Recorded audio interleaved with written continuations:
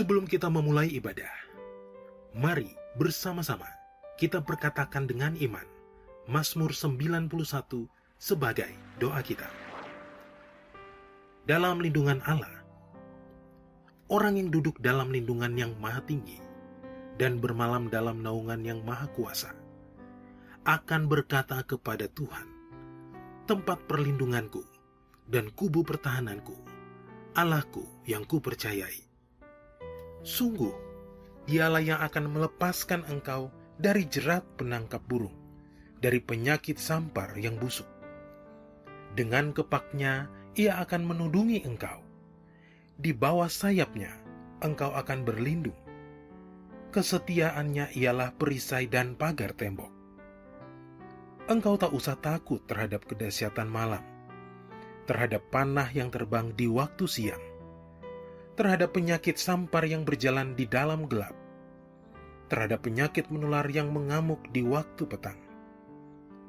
Walau 1.000 orang rebah di sisimu, dan 10.000 di sebelah kananmu, tetapi itu tidak akan menimpamu.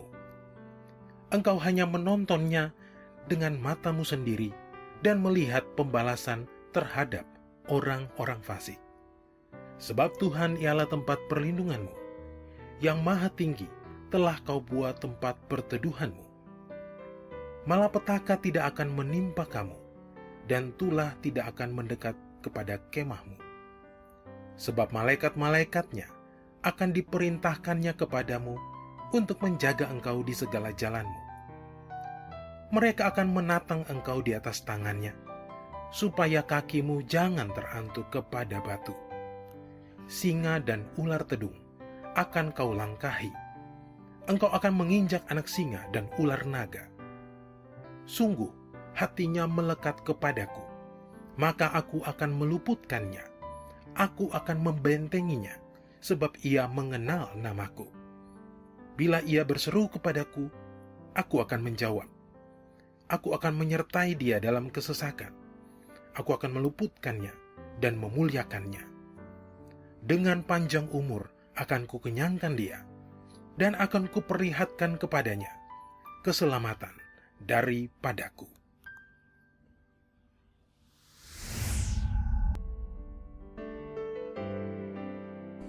Mari secara bersama-sama kita deklarasikan Pentakosta ketiga.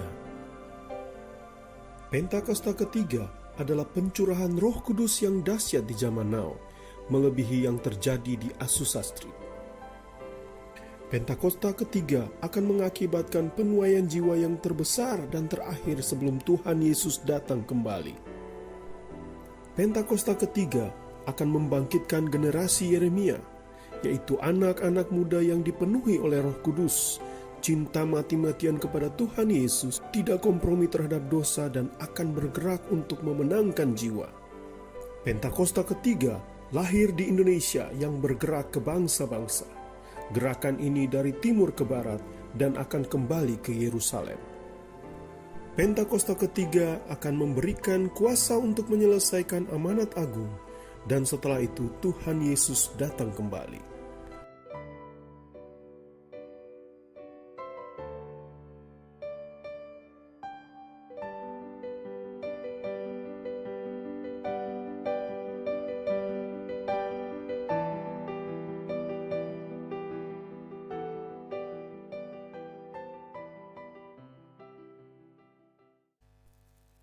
Shalom gereja Tuhan. Shalom. Puji nama Tuhan, kita kembali dipertemukan untuk beribadah lagi. Kita akan mempersiapkan hati kita untuk perjamuan kudus. Saya undang saudara-saudari yang ada di rumah mempersiapkan hati dan pikiran untuk senantiasa kita mengingat betapa besar pengorbanan Tuhan buat setiap kita pada saat ini. Kalau kita ada sampai saat ini, itu semua karena kasih dan kebaikan Tuhan dalam kehidupan kita. Untuk itu, sebelum memulai ibadah kita, saya undang saudara-saudari untuk berdoa. Mari kita berdoa. Bapa dalam kerajaan sorga, terima kasih Tuhan buat saat ini, buat kebaikan dalam setiap kehidupan kami ya Bapa. Engkau luar biasa, Engkau sungguh baik dan sangat baik buat setiap kami ya Tuhan. Sebentar lagi Tuhan Yesus, kami akan mempersiapkan hati kami untuk memuji dan menyembah Engkau ya Tuhan. Engkau jamah urapi setiap kami ya Bapa. Terima Terima kasih Bapa, terima kasih Yesus, kami berdoa dan mengucap syukur kepadamu Tuhan. Dalam namamu Yesus Kristus kami berdoa, haleluya, amin. Mari kita bersama-sama katakan, dalamnya kasih-Mu Bapa.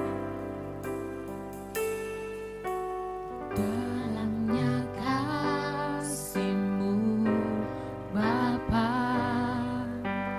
terlebih dari segalanya, pengorbanan yang telah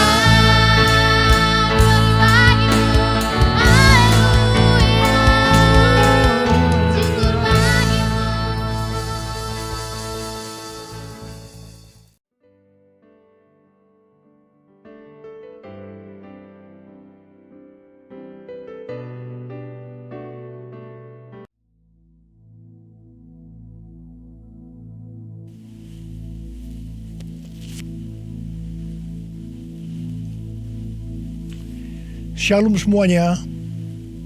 Tahun 2021 adalah tahun integritas, the year of integrity. Menurut Westminster Dictionary of Theological Terms, integritas adalah istilah teologis untuk menunjukkan kemurnian dan kejujuran sebagaimana manusia diciptakan dalam rupa dan gambar Allah. Setelah manusia jatuh ke dalam dosa, maka gambar dan rupa Allah itu menjadi rusak. Pada saat kita menjadi orang percaya melalui proses pengudusan atau sanctification, gambar dan rupa Allah dikembalikan lagi, yaitu kita dijadikan serupa dengan gambar Yesus. Oleh karena itu, kita harus mau diproses oleh Allah. Panutan kita untuk menjadi orang yang berintegritas adalah Tuhan Yesus, sebab dialah the man of integrity. Dalam Matius 22 ayat 16 dituliskan bahwa sekalipun ahli Taurat dan orang Farisi berniat menjerat Tuhan Yesus, ternyata tanpa disadari mereka justru mengakui integritas Tuhan Yesus dengan berkata, "Guru, kami tahu Engkau adalah seorang yang jujur dan dengan jujur mengajar jalan Allah, dan Engkau tidak takut kepada siapapun juga, sebab Engkau tidak mencari muka." Kata seorang yang jujur dalam terjemahan New International Version menggunakan kata man of integrity atau orang yang berintegritas. Seorang yang jujur atau yang berintegritas itu artinya apa yang ada di dalam hatinya, di pikirannya, yang diucapkannya dan yang dilakukannya itu sama, selaras dengan pikiran Tuhan. Seorang yang berintegritas itu karena dia mengasihi dan takut akan Tuhan. Dan Tuhan memberikan berkat kepada orang yang berintegritas, seperti yang terdapat dalam Mazmur 25 ayat 12-14 yang berkata, "Siapakah orang yang takut akan Tuhan? Kepadanya Tuhan menunjukkan jalan yang harus dipilihnya. Orang itu sendiri akan menetap dalam kebahagiaan, dan anak cucunya akan mewarisi bumi. Tuhan bergaul karib dengan orang yang takut akan Dia, dan perjanjiannya diberitahukannya kepada mereka." Haleluya! Seorang yang berintegritas bukan seperti ahli-ahli Taurat dan orang Farisi. Dalam Matius 23 ayat 1 sampai dengan 36, Tuhan Yesus berkata bahwa ahli-ahli Taurat dan orang-orang Farisi telah menduduki kursi Musa. Sebab itu, turutilah dan lakukanlah segala sesuatu yang mereka ajarkan kepadamu. Tetapi janganlah kamu turuti perbuatan-perbuatan mereka, karena mereka mengajarkannya tetapi tidak melakukannya. Tuhan Yesus berkata bahwa ahli Taurat dan orang Farisi adalah orang yang munafik. Di sebelah luar mereka tampaknya benar di mata orang, tetapi di sebelah dalam mereka penuh kemunafikan dan kedurjanaan. Tuhan Yesus berkata kepada ahli Taurat dan orang Farisi, "Hai kamu ular-ular, hai kamu keturunan ular beludak, bagaimanakah mungkin kamu dapat meluputkan diri dari hukuman neraka?" Saya juga akan mengingatkan kepada kita semua, terutama kepada para pengkhotbah, para guru, juga para pengajar. Kalau saudara mengajarkan kebenaran firman Tuhan dan itu belum saudara lakukan, lebih baik dengan jujur diakui. Tahun 2021 menurut kalender Ibrani adalah tahun 5781 yang disebut juga sebagai tahun P Aleph yang artinya 81. P atau angka 80 menggambarkan sebuah mulut. Tuhan Yesus mengingatkan kita dalam Matius 12 ayat 36 dan 37. "Tetapi aku berkata kepadamu, setiap kata sia-sia yang diucapkan orang harus dipertanggungjawabkannya pada hari penghakiman. Karena menurut ucapanmu engkau akan dibenarkan, dan menurut ucapanmu pula engkau akan dihukum." Salah satu arti dari kata sia-sia adalah berdusta. Kalau kita mengajarkan kebenaran tetapi tidak dilakukan, itu sama saja dengan berdusta. Amsal 6 ayat 16 dan 17 berkata bahwa dusta itu perkara yang dibenci Allah. Amsal 11 ayat 1 berkata, neraca serong adalah kekejian bagi Tuhan, tetapi ia berkenan akan batu timbangan yang tepat. Neraca serong bisa diartikan sebagai berdusta, dan itu merupakan kekejian bagi Tuhan. Dalam Yakobus 2 ayat 17 dikatakan bahwa iman tanpa perbuatan pada hakikatnya adalah mati. Jadi kalau kita percaya kebenaran firman Tuhan, kita perkatakan tetapi tidak dilakukan, pada hakikatnya mati. Dan itu dilakukan oleh orang yang tidak berintegritas. Karena itu, saya mengajak saudara agar kita semua menjadi orang yang berintegritas. Mazmur 15 ayat 1 berkata, Tuhan, siapakah yang boleh menumpang dalam kemah-Mu? Siapa yang boleh diam di gunung-Mu yang kudus? Salah satu syaratnya adalah seperti yang terdapat dalam Mazmur 15 ayat 4 bagian B, yang diperuntukkan bagi orang yang berpegang pada sumpah meskipun rugi.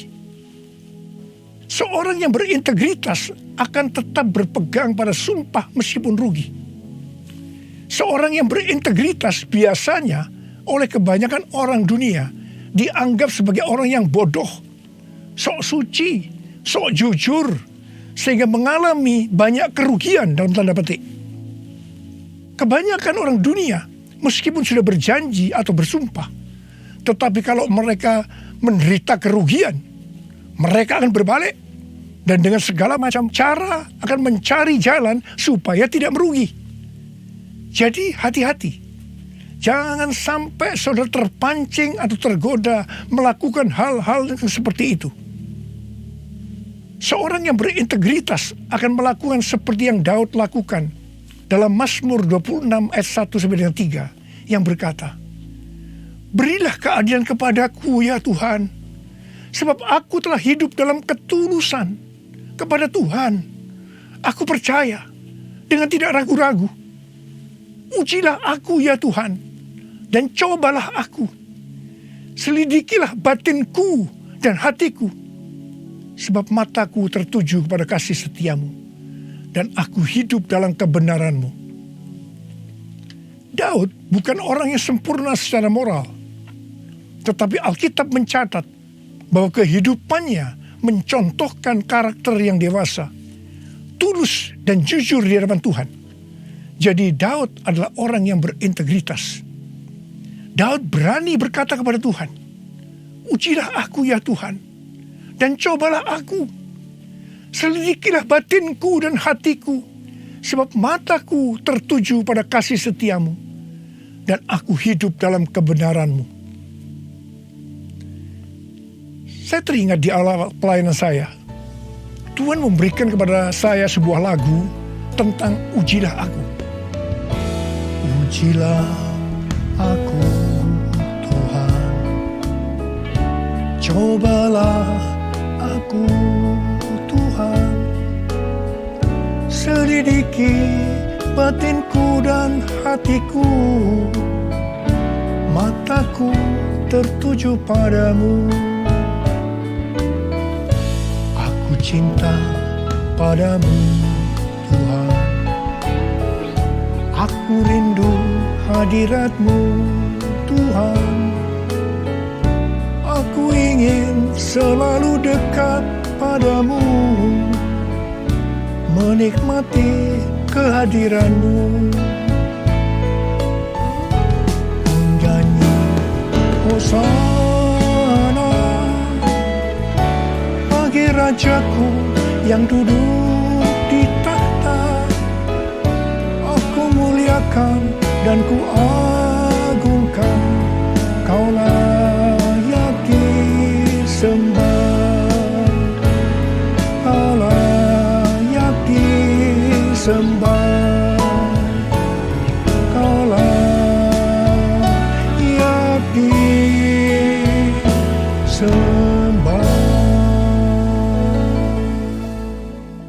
waktu saya mulai menyanyikan lagu ini dan CD-nya mulai beredar, saya menuai banyak kritik dari hamba-hamba Tuhan yang menjadi senior saya.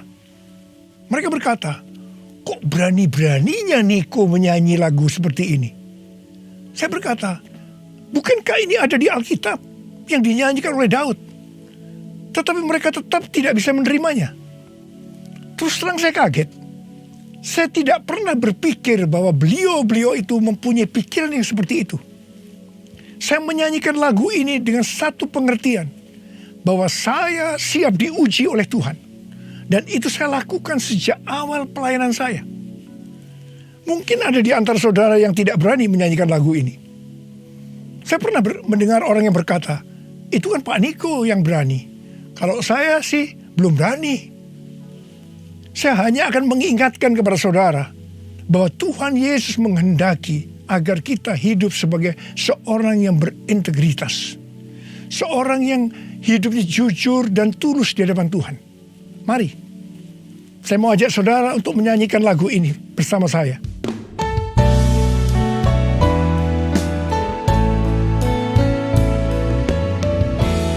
Ujilah aku Tuhan, cobalah aku Tuhan, selidiki batinku dan hatiku, mataku tertuju padamu. Aku cinta padamu Tuhan, aku rindu hadirat-Mu Tuhan, aku ingin selalu dekat padamu, menikmati kehadiran-Mu. Ku nyanyi Hosana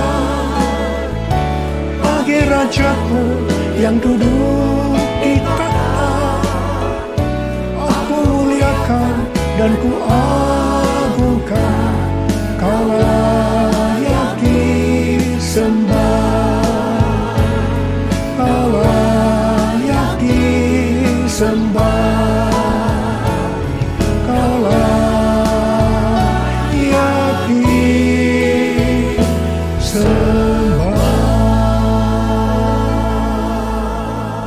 Seorang yang berintegritas adalah orang yang meyakini, memperkatakan dan melakukan iman Kristiani yang dia percayai.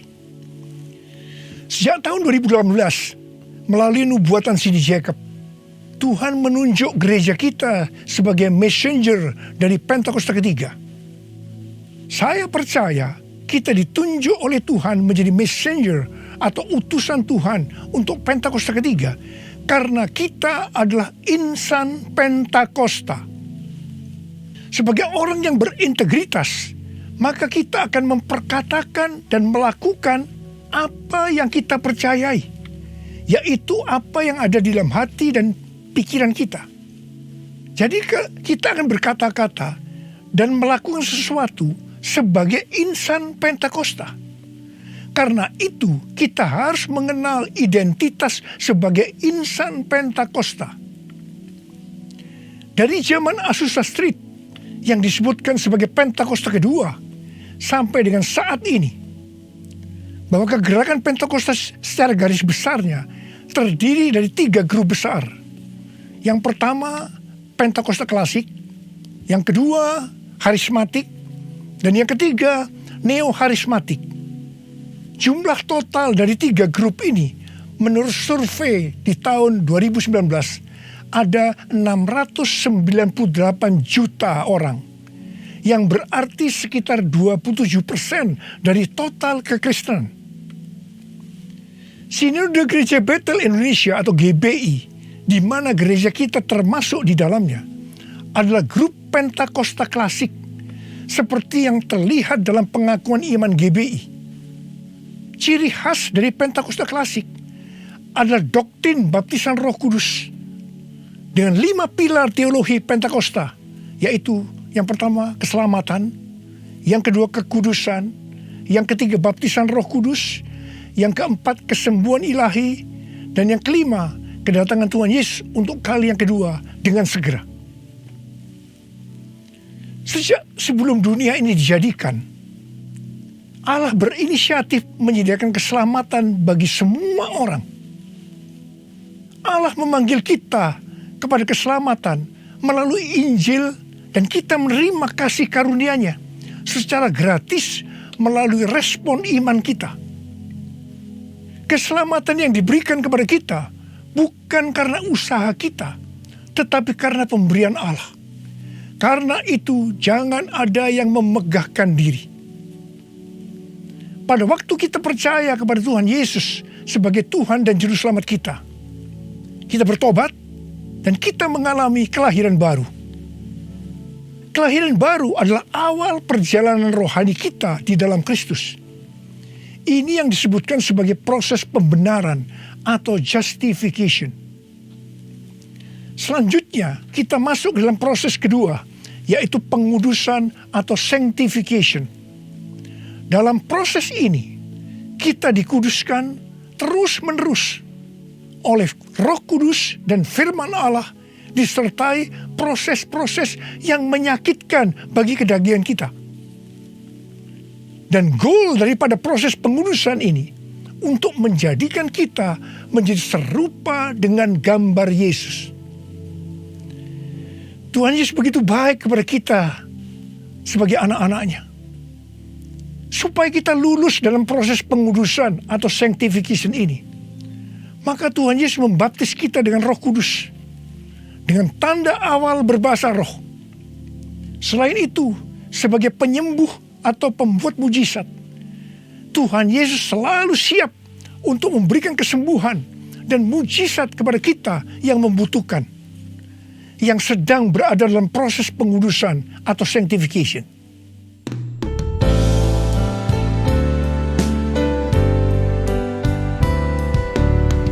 Kaulah Tuhan penyembuhku, Kaulah Tuhan penyembuh. Kau berfirman dan sembuhkanku. Kaulah Tuhan penyembuh. Kaulah Tuhan penyembuhku. Kaulah Tuhan penyembuh. Kau berfirman dan sembuhkanku. Kaulah Tuhan penyembuh.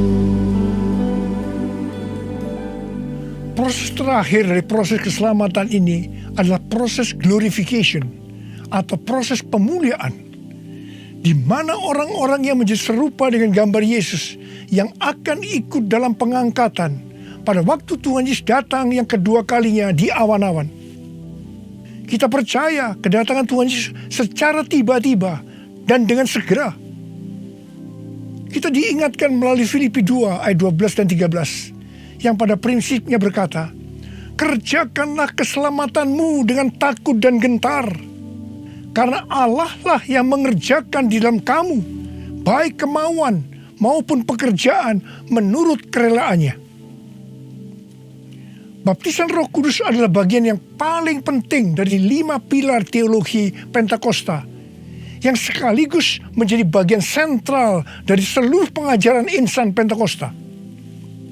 Kita percaya bahwa setiap orang percaya yang telah disucikan hatinya dapat mengalami baptisan Roh Kudus dengan tanda awal berbahasa roh.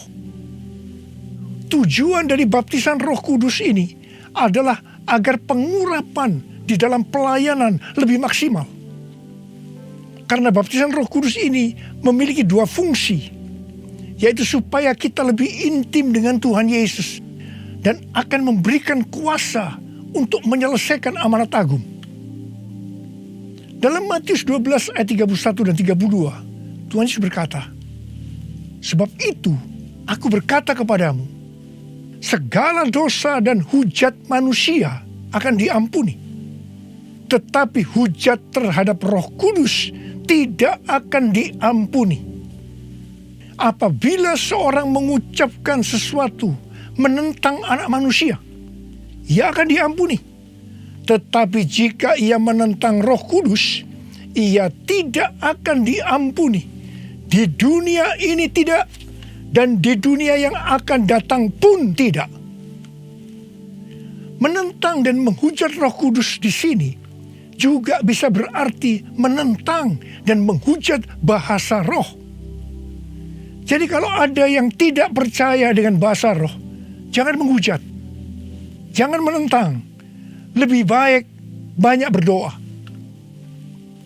Sekarang ada orang yang membuat bahasa roh sebagai bahan lelucon supaya orang tertawa. Saya hanya akan mengingatkan kepada saudara yang melakukan seperti ini, supaya saudara bertobat dan minta ampun kepada Tuhan. Roh Kudus yang dicurahkan di kamar loteng Yerusalem 2000 tahun yang lalu, itu adalah untuk memberikan kuasa untuk melakukan amanat agung. Ini disebutkan sebagai Pentakosta pertama.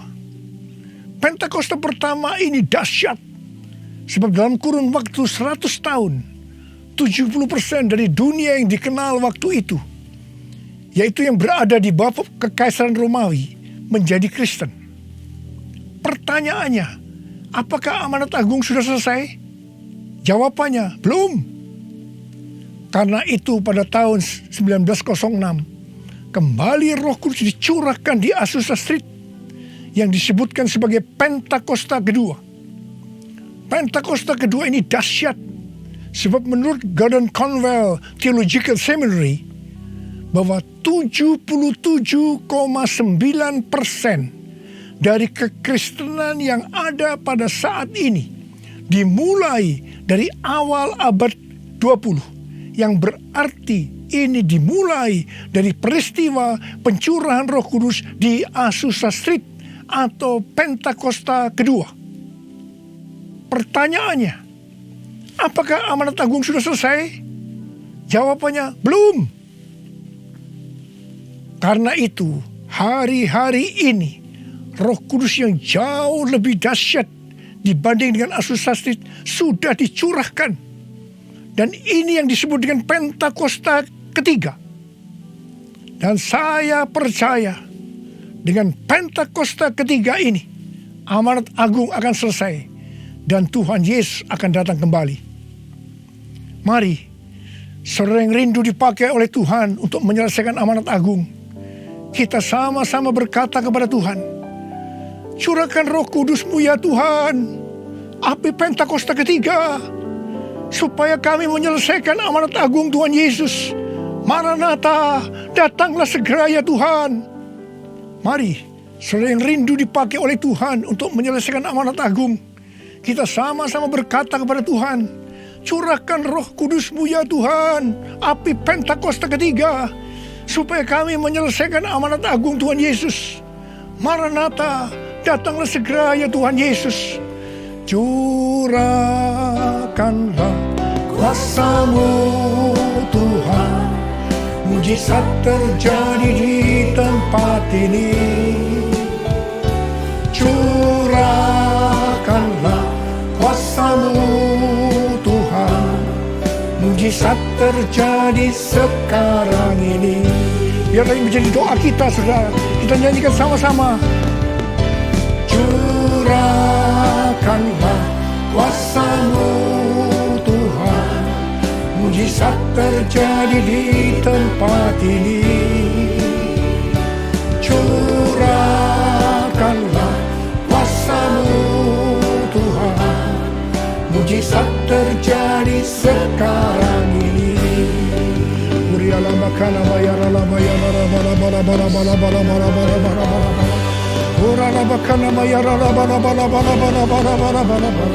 Curahkan ya Tuhan, curahkan Roh-Mu ya Tuhan, penuhi anak-anak-Mu dengan Roh-Mu, penuhi mereka ya Tuhan, berikan kami kuasa untuk menyelesaikan amanat agung Tuhan Yesus. Terima, terima, terima, terima, terima, terima. Oh, rialah bala bala bala bala bala bala. Oh, rialah bala bala bala bala bala. Oh, de. Tuhan, Engkau lihat anak-anak-Mu yang sudah mengangkat tangan. Kamu percaya Engkau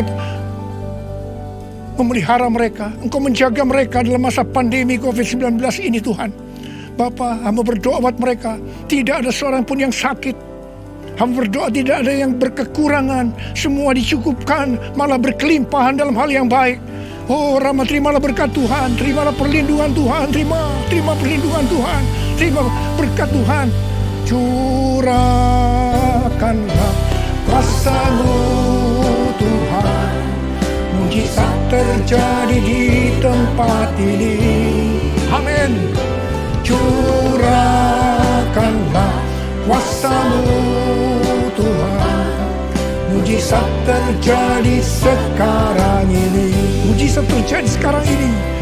Mujizat terjadi sekarang ini. Mujizat terjadi sekarang ini.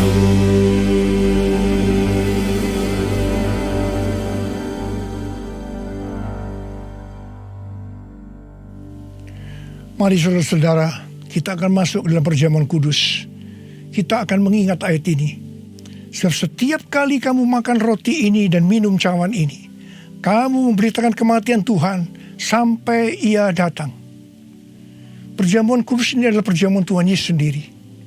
Setiap kali kita masuk dalam perjamuan kudus, Tuhan Yesus selalu berkata, biarlah ini menjadi peringatan akan daku. Karena itu mari, arahkan hati kita kepada kebaikan Tuhan. Kita akan mengingat kebaikan Tuhan. Mari kita tundukkan kepala. Bapa, siapakah kami ini sebelum kami mengenal Engkau? Kami semua orang berdosa. Upah dosa adalah maut, mati. Tapi Engkau tidak berdosa, telah dijadikan dosa oleh karena kami. Engkau harus turun dari surga mulia, menjelma menjadi manusia, untuk mati menggantikan kita semua. Dengan penderitaan yang luar biasa. Betapa baiknya Engkau Tuhan, betapa baiknya Engkau Tuhan. Engkau jadikan kami sebagai anak-anak-Mu. Engkau tuntun, Engkau berkati, Engkau sembuhkan kami. Engkau tegur juga kalau kami salah. Itu Engkau ya Abah, itu Engkau ya Abah. Saudara, Tuhan akan memberkati saudara melalui perjamuan kudus ini. Tapi Tuhan berkata kepada kita, agar kita makan dan minum dengan cara yang benar. Oleh karena itu masing-masing berdoa. Introspeksi, lihat keadaan diri masing-masing. Jangan menyimpan dosa. Kalau ada dosa yang Tuhan ingatkan saat ini, langsung minta ampun. Katakan, ampuni saya Tuhan, ampuni saya, akui di hadapan Tuhan. Jangan sembunyikan dosa itu, supaya Engkau diberkati Tuhan. Kau melihat anak-anak-Mu sedang berdoa minta ampun Tuhan. Ampuni anak-anak-Mu, ampuni kami semua ya Tuhan, ampuni. Sekarang ya Tuhan, kami akan masuk dalam perjamuan kudus ini dengan hati yang penuh ucapan syukur. Dalam nama Yesus kami berdoa. Amin. Sekarang saudara, mari kita angkat roti di tangan kanan saudara tinggi-tinggi. Sebab apa yang telah kuteruskan kepadamu telah aku terima dari Tuhan. Yaitu bahwa Tuhan Yesus pada malam waktu Ia diserahkan mengambil roti. Dan sesudah itu Ia mengucap syukur atasnya. Ia memecah-mecahkannya dan berkata, inilah tubuhku yang diserahkan bagi kamu. Perbuatlah ini menjadi peringatan akan aku. Sudah dikasih Tuhan. Bukankah roti yang kita pecah-pecahkan ini adalah persekutuan kita dengan tubuh Kristus? Mari kita makan dalam nama Yesus.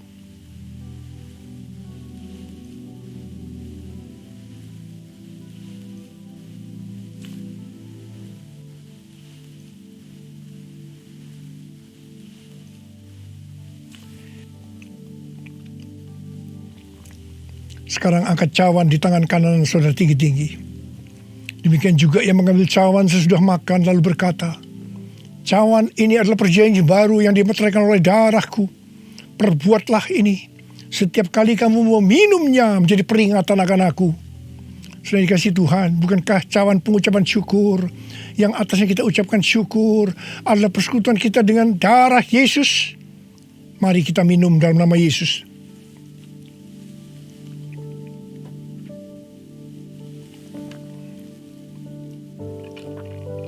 Sekarang ucapkan syukur dan terima kasih dengan suara. Jangan diam. Oh ya Tuhan, terima kasih. Terima kasih ya Tuhan, terima kasih.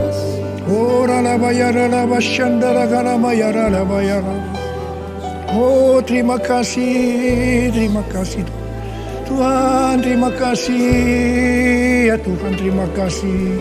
Oh, terima kasih ya Tuhan.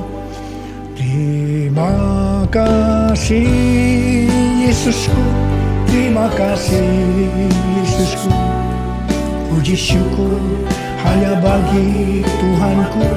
Terima kasih Yesusku, terima kasih Yesusku. Puji syukur hanya bagi Tuhanku. Terima kasih, terima kasih Yesusku, terima kasih Yesusku. Puji syukur hanya bagi Tuhanku. Terima kasih Yesusku, terima kasih Yesusku. Puji syukur hanya bagi Tuhanku. Puji syukur hanya bagi Tuhanku. Puji syukur hanya bagi Tuhanku.